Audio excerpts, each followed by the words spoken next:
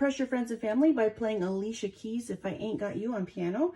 First, you're gonna go E, B, G 6 times like this. 2, 3, 4, 5, 6. Then you're gonna do the same thing on D, A, F sharp, 6 of those. Then C, G, E, 6 of those.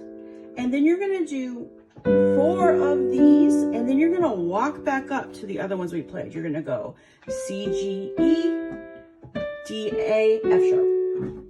Left hand super easy. You're gonna play C for 6. 1, 2, 3, 4, 5, 6. Then B for 6, A for 6, G for 4, and then you're gonna go G, A, B. Put them both together, they sound like this.